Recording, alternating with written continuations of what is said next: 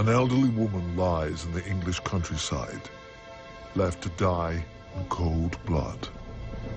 It's just a horrible, tragic crime. Not a nice way for Miss Murrell to finish her life. Hundreds of leads take police nowhere. Not being able to solve it was frustrating. Wild rumors suggest secret government operations. Was Hilda Murrell killed because she knew too much? Hilda was abducted, interrogated and tortured. The case goes cold for 20 years, until advances in forensic science finally lead police to a shocking conclusion. The truth is nasty, dirty, horrible, and evil.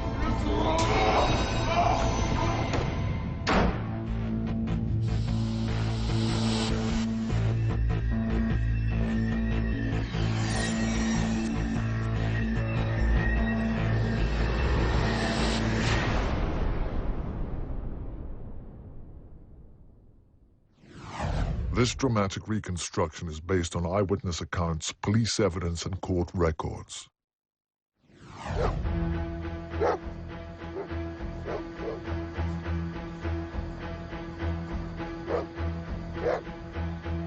March 24th, 1984.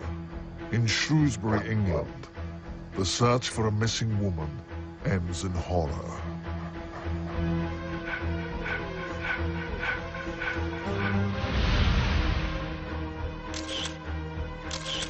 The body was lying in amongst some trees. Bearing in mind the time of the year, there were sort of leaves and shrubland about, and it was quite sparse.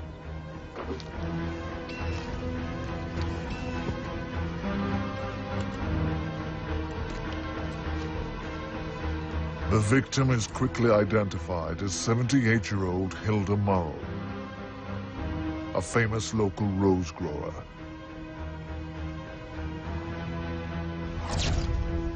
A search for her was launched 3 days before.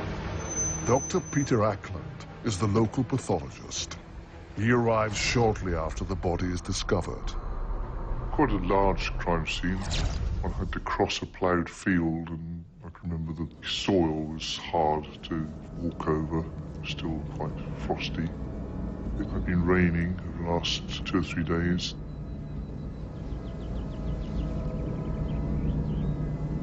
Ackland is confronted by the disturbing sight of the corpse.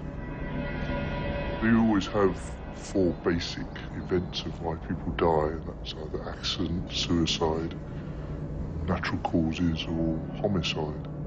So we start with those 4 options. Was she killed in this field? I can't say for sure that she even was murdered. Looks like that. It seemed hardly likely it was related to an accident, but until we could prove that somebody else was involved, one still had to keep these other options in the back of my mind. The first clues at the crime scene paint a grisly picture. Certain items of her clothing were missing. Murrell is not wearing any underwear, and none can be found at the scene. It's an unsettling discovery. An immediate search of the area, we found Miss Murrell's shoes. 2 lenses that had been broken, obviously from a pair of spectacles. There was also found a floppy hat. Further back, there was located a knife. Dr. Ackland discovers the body has sustained several injuries. There were some small stab wounds. She certainly had some very raw abrasions on both knees. They were bright red. She had some bruising, particularly around the shoulder.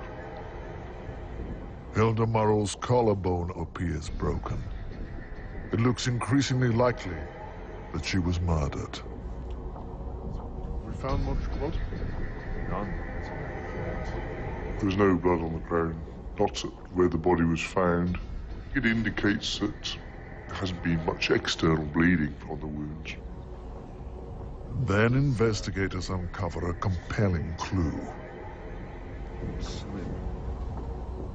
A stain on the victim's slip.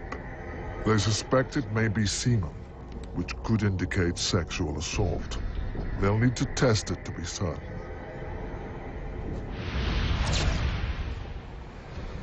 A search of the surrounding area turns up an abandoned car on the side of a road. A check of the license plate soon reveals the vehicle belongs to Hilda Morrow. It had come off the road and was sort of perched on a ditch. The trail of evidence leading to her body gives police their first impression of the crime. Perhaps Murrell had driven into the countryside 3 days earlier for a hike through the fields. She parked near the ditch so her car wouldn't block the road. When she got out of the vehicle, she was randomly attacked.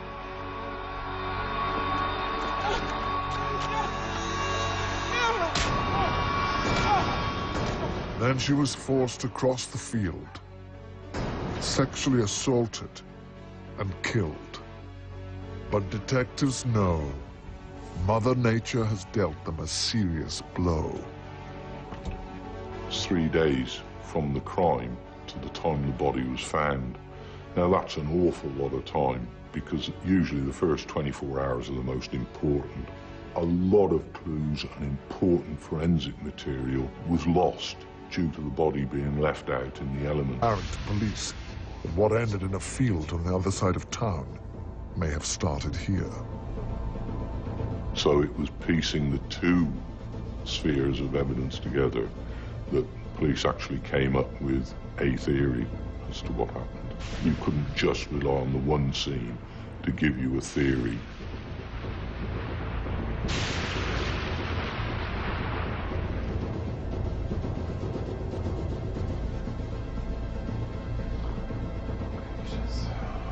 Perhaps Murrell heard a noise when she was in the kitchen, unpacking her groceries.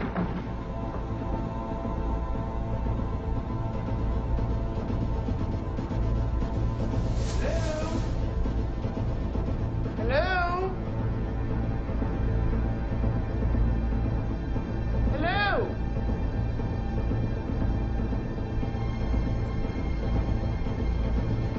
Hello, is someone there? Whoever was in the house attacked her. Then locked her in a bedroom. But what happened next? Detectives call in forensic specialists to take a closer look at the house.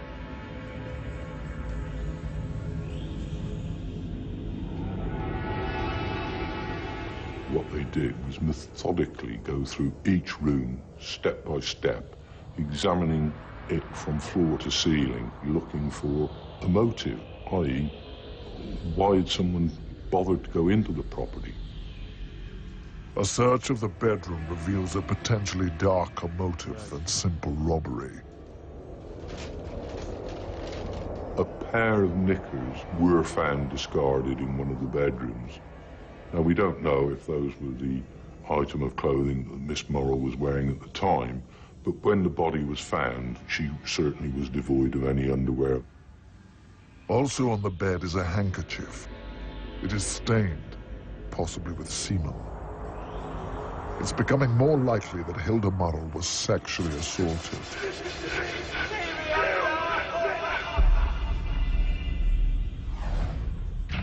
The underwear and handkerchief are sent to the lab for analysis. The team pores over the entire house, searching for fingerprints and other trace evidence. Dozens of prints are collected, including one from a button box that appears to have been searched. Police hope to find more clues on Murrell's body. Her autopsy may help point investigators in the right direction. Confirmed the broken collarbone. We then found the stab wound through the arm, which really clinched it that this was an assault. The arm wound is deep, as if Hilda had been defending herself from an attacker. But other knife wounds on Murrell's side aren't nearly as severe. On closer examination, it's clear these cuts didn't kill her, nor were they meant to. There was about 3 or 4 little wounds in a grouping just under the ribs on the right side. Didn't go very deep. There wasn't much bleeding associated with them inside the body. The wounds don't pierce any major organs or cut through any large arteries. It was just as if somebody was holding a knife in their hand and just giving you a poke every time you tried to escape or tried to struggle. But if Hilda Murrell didn't die from the knife wounds, what did kill her? Look how red the knees are. The bright red marks on her knees point to a shocking conclusion. Blood behaves differently in frigid temperatures than it does in warm. Injuries that would bruise and turn blue under normal conditions remain bright red in cold weather.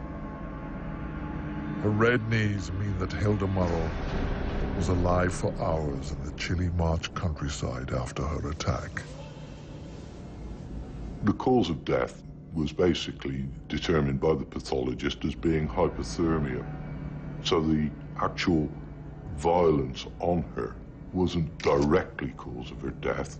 The hypothermia was. Someone had assaulted Murrell and left her wounded in the field. The cold spring weather did the rest.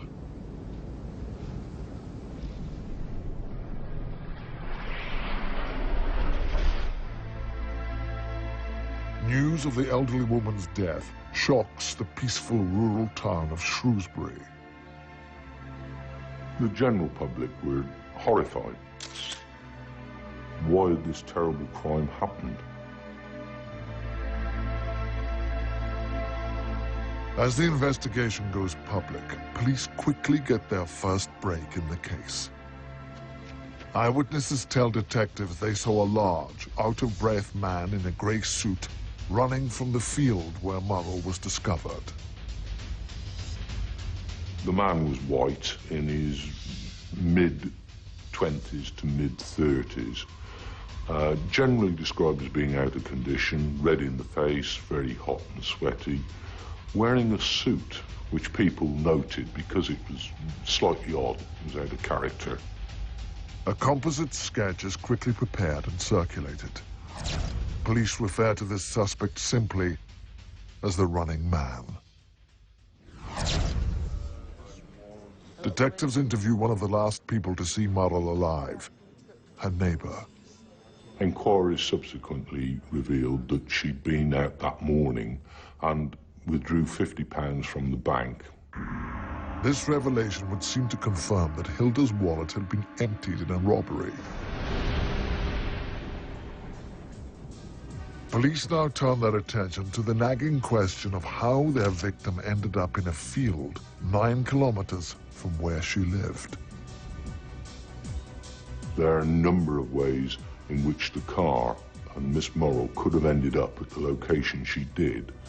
So a series of road checks were established in and around the area to try and find witnesses who were on the road in the area at the time. Investigators soon learned that a number of people saw an elderly woman being driven through town in a white car. Rosalind Scott was one of them. Expect to be involved in something like this, do you? Tell me what you saw. And suddenly, this car comes flying out of Wenlock Road. I thought he was going to take my front near side bumper off.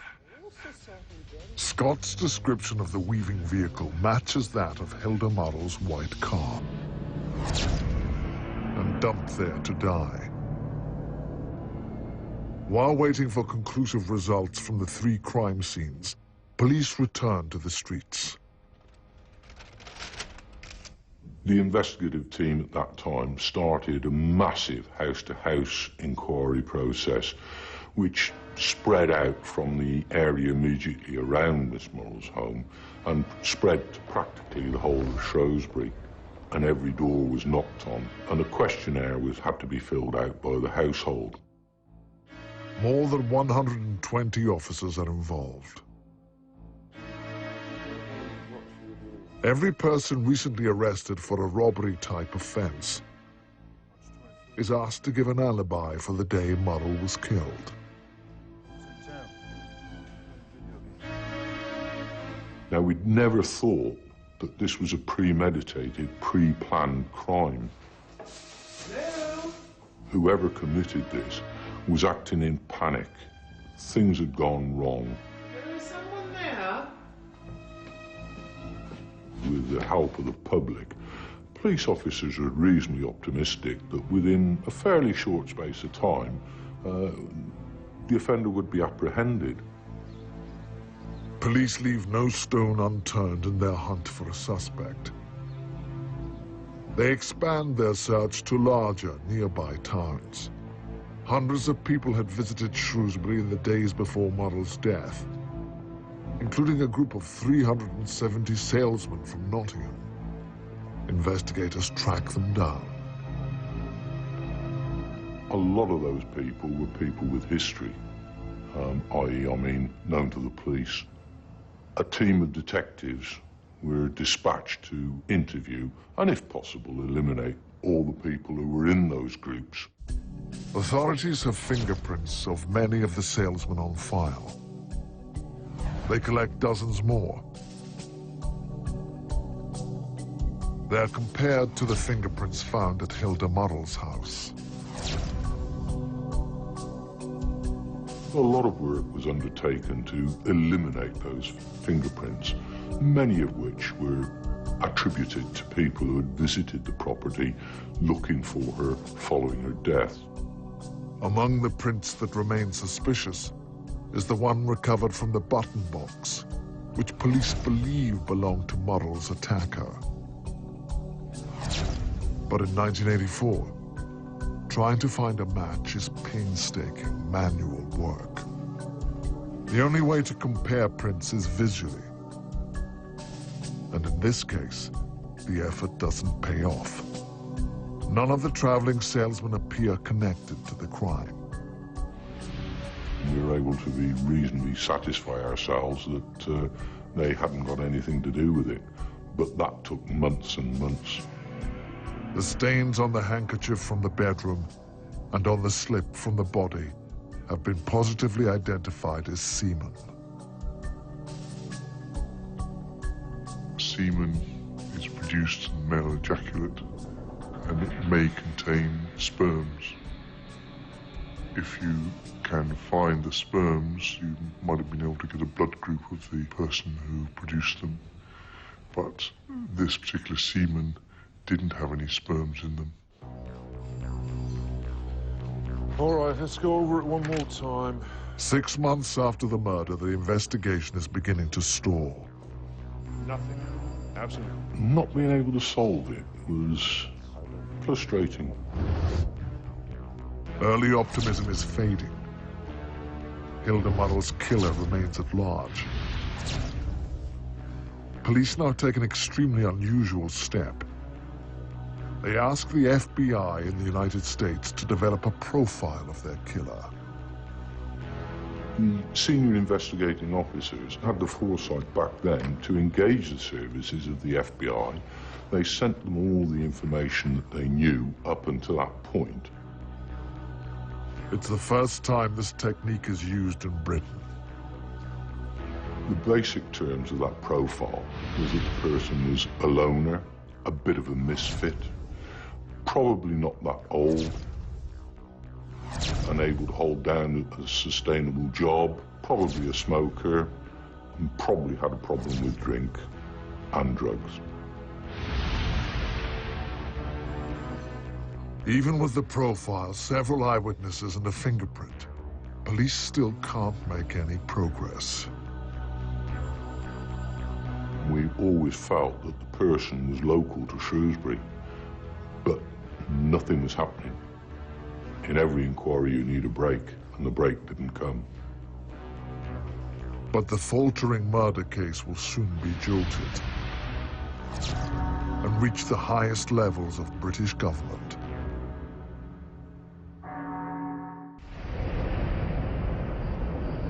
After months of investigation, police in Shrewsbury are no closer to finding the killer of Hilda Murrow.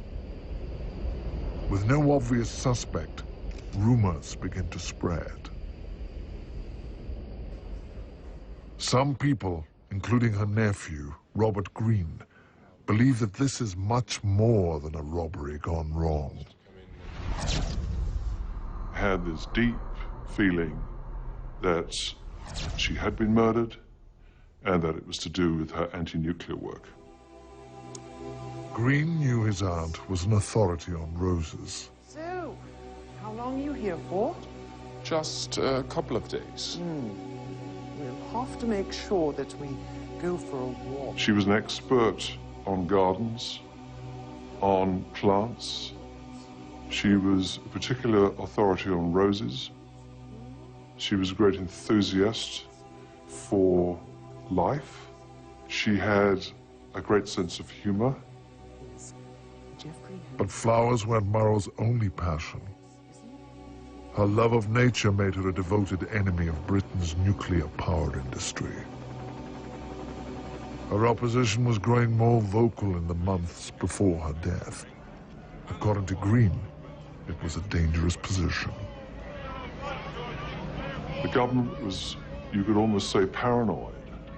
Mrs. Thatcher had come to power in 1979, and she had started to drive through a multi-pronged nuclear program. This was a very dangerous time to be an activist in this country. Hilda was formidably intelligent, and she homed in on the economics of nuclear power, which she discovered were not sound.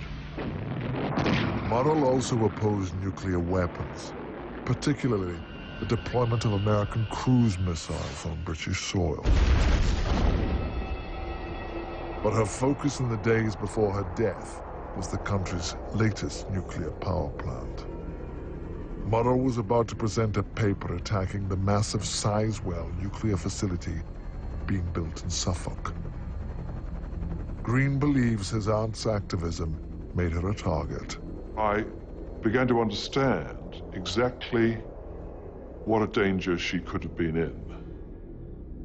Police learned that before Hilda's death, some friends had noticed a paranoid edge to her behavior. And 3 weeks before she went missing, she called fellow activist Gerard Morgan Grenfell.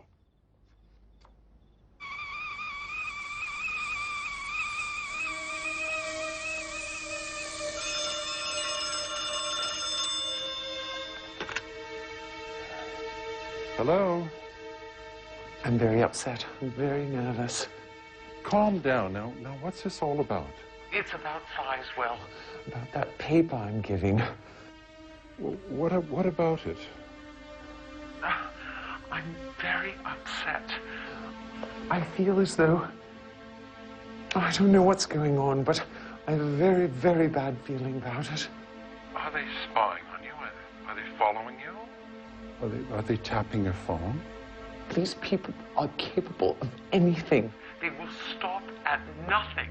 At one point, she'd actually said to him, if they don't get me first, I want the world to know that at least one old woman has seen through their lies. And that was clearly referring to the nuclear industry.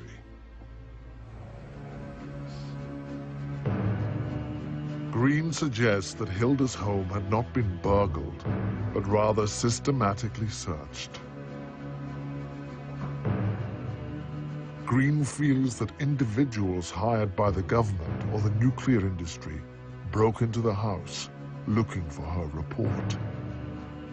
When Murrow returned home, she interrupted their search.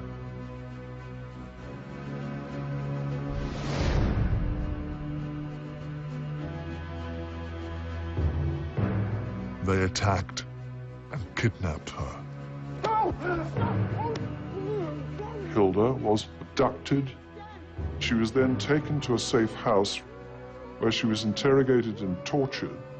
She was then taken out into the countryside and left to die as an example about what happens to law-abiding citizens who oppose the nuclear state.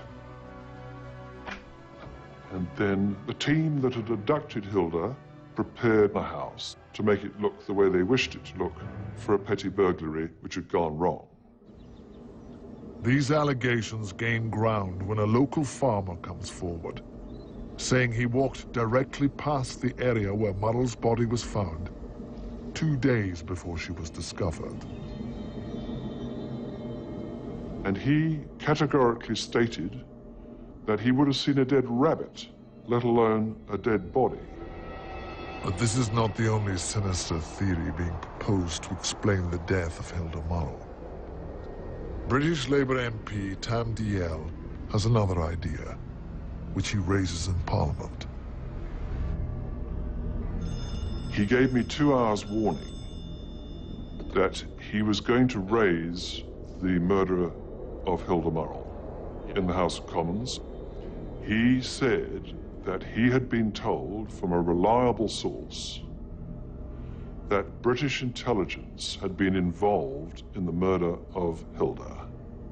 And he added that it was related not to the nuclear industry, but it was to do with my involvement in the Falklands War, and specifically to do with the controversial torpedoing of the Argentine cruiser, the General Belgrano, by the British submarine HMS Conqueror.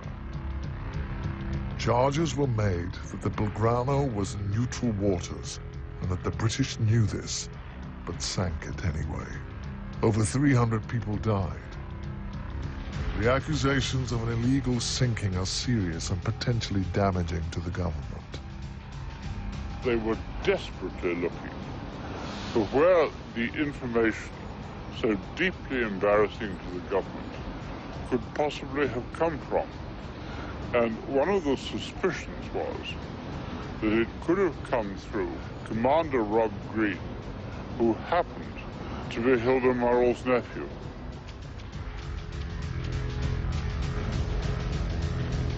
Dalyell's theory is that Green, a British naval officer, transmitted the order to sink the Argentine ship. He believes Green has sensitive documents about the incident that he hid with his aunt. The government was determined to recover them. When Green hears the story, he denies it immediately. No, that's not the case. I was not even on watch at the time. I was at home, and I saw the news of the sinking on television. And I can assure you, I never took any documents. Secret government operations, powerful business interests. According to these theories, whoever was searching Hilda's house, the result was the same. The conspiracy theories cast a bizarre shadow on the investigation, turning Murrell's death into a national story. And the police aren't happy. Extremely frustrating, extremely annoying. You can imagine it. You're trying to detect the murder of this elderly lady, and you've got all this conspiracy. The government have killed her. Why? Why would the government? A nationwide manhunt. Police are back where they started.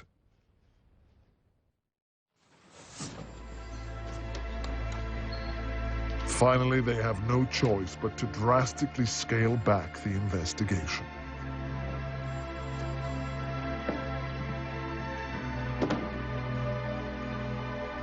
The killer of the 78-year-old rose grower has literally gotten away with murder.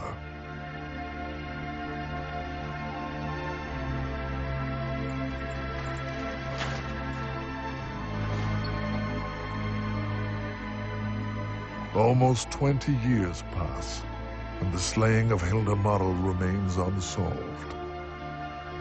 Then, in 2002, Detective Amric Clare is assigned to review the case. Major investigations, major crimes are never actually closed. They're always subject to periodic reviews. It's decided by the force that they would have a full review of all the evidence and the crime file and the exhibits. It's a mammoth task. It was approximately 750,000 pieces of paper, so it was a complete look at the case with a fresh pair of eyes to see if we could get a solution to a crime that had really haunted the force for nearly 2 decades. Hilda's slip is of particular interest. No genetic profile was ever created from the sample. In 1984, DNA technology wasn't advanced enough. But 20 years later, a genetic specimen as small as a pinprick can produce a significant DNA result. Samples from the original crime scene are re-examined. I located a portion of semen staining from the underslip, which had been frozen since 1984. What they find points a finger at an overlooked suspect. Though we didn't get a full profile for the offender, he had a rare area of DNA, which meant that when we made the search on the database, which at that time was some 2 million individuals on it, we got just one hit.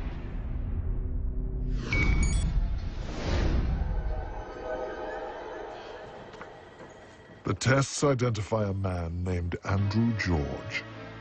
At the time of the murder, he was 16 years old. Andrew George came to the attention of the police during the initial investigation because he committed a burglary. It was on the 28th of March 1984 of a house in an area of Shrewsbury.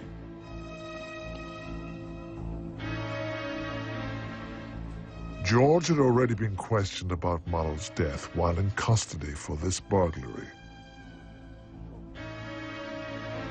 George's fingerprints were taken when he was arrested. But because he had an alibi for the day Murrell was killed, his prints were never checked against those found at her house.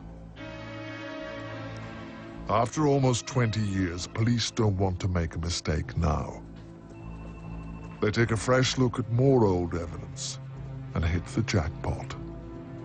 The fingerprint that was long ago discovered on Hilda Murrell's button box belongs to Andrew George. Now we've got the fingerprints, we could put Andrew George within Miss Murrell's home.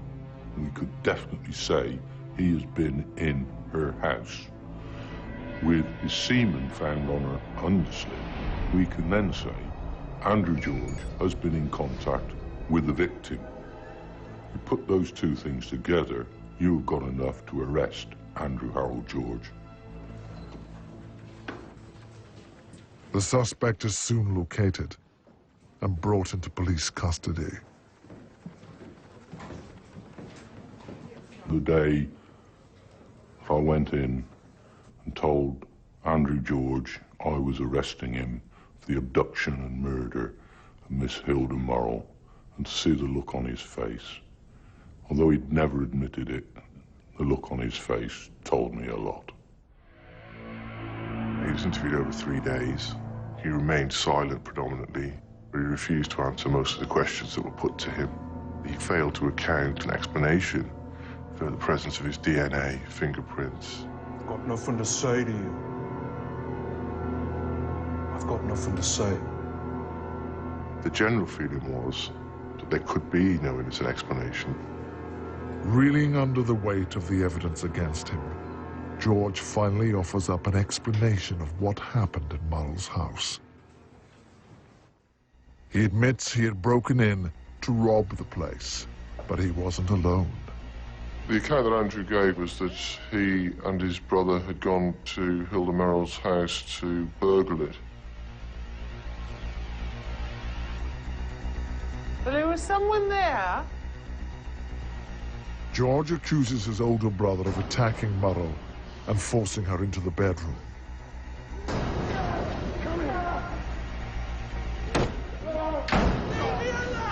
George says it was also his brother's idea to assault her once she was there.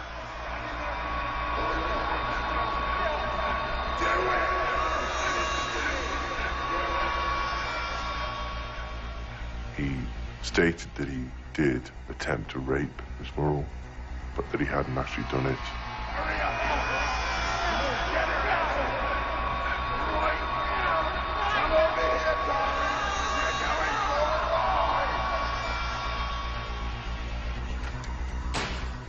He stated that it was his brother who had actually taken Miss Murrell away.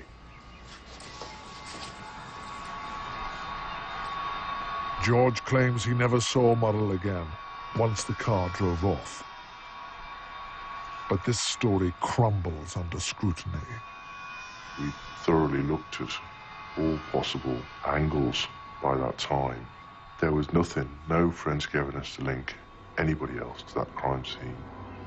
Andrew George's attorney fights back. He admits his client was in Murrell's house, but argues there is no forensic evidence placing him in her car. Therefore, he did not abduct or murder her. Nothing was recovered from Hilda's motor vehicle to implicate Andrew at all. There's no DNA evidence recovered from the vehicle to implicate him. The lawyer also reminds authorities that George looks nothing like the composite sketch of the running man, or like that of the man seen driving Hilda's car. But police are certain they have their killer.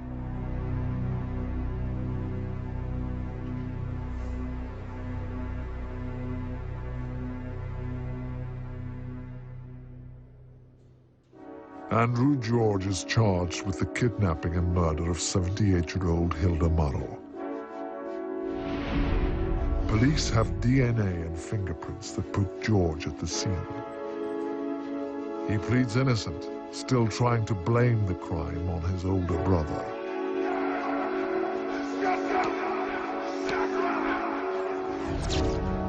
Then, a new witness, called Mr. A, comes forward with a remarkable story that destroys George's version of events. He volunteers information about the time he and George spent in jail. Whilst Mr. George was held in custody at one of the prisons, he befriended this fellow inmate whom he started to confide in, and he disclosed certain aspects of the case to this fellow inmate. He just started talking to me. We were mates. Funny way to treat your mate. There's no reward. The story that Mr. George had told him of what he had done and how he had done it assisted us to put together some of the pieces of the jigsaw. Police now have a complete picture of what happened more than 20 years ago. As they suspected from the beginning, it began with a robbery. Hello? Hello? Hello, is there someone there? When Murrell went to investigate, George attacked her. She'd cornered him. He couldn't get away, and the only way to get away was to physically attack her. He forced Murrell into her bedroom. And then clearly restrained her in some way. And locked her in by tying the door to the banister. Don't say a thing.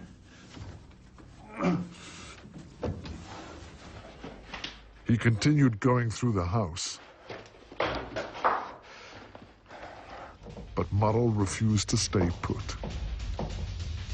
There's every possibility that whilst he's doing that, Miss Murrell has maybe tried to get away from him.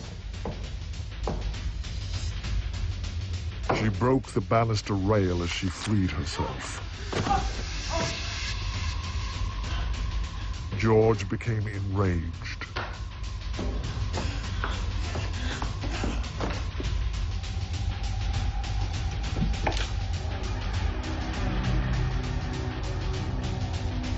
Carl, what did I say? Huh? What did I say? And then he's got very, very angry. He wrestled her back into the bedroom, threw her down on the bed.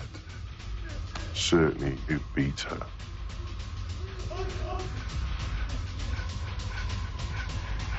At some stage, some kind of sexual assault took place.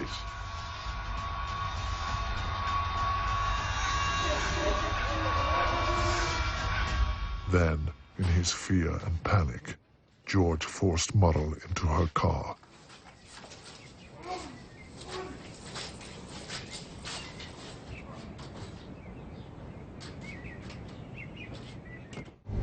Next, he sped through the town, trying to find a place to leave her. But the 78-year-old Hilda wasn't done. She woke up outside of town and fought back. Get your hands off the wheel! Looks like she may have tried to escape. We know that on the journey, he's stabbing her dash of trying to keep her under control.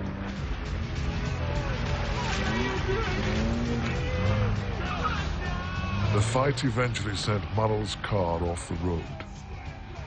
She attempted to flee, but now there was nowhere to go. Where are you going?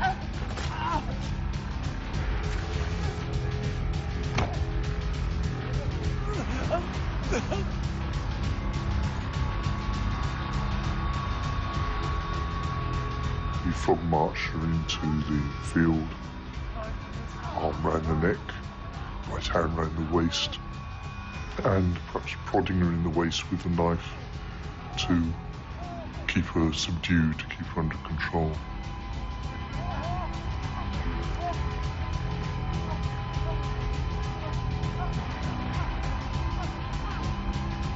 When he found a spot far enough away from the road, George dumped her among some trees.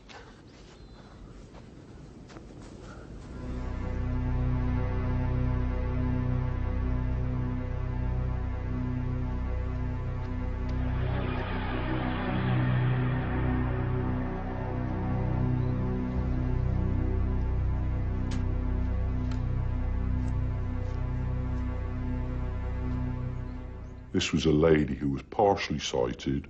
Her glasses had been removed from her. They'd been discarded and broken. She could only see through one eye and then not very clearly. She was probably disorientated, in a state of shock. I mean, that's murder.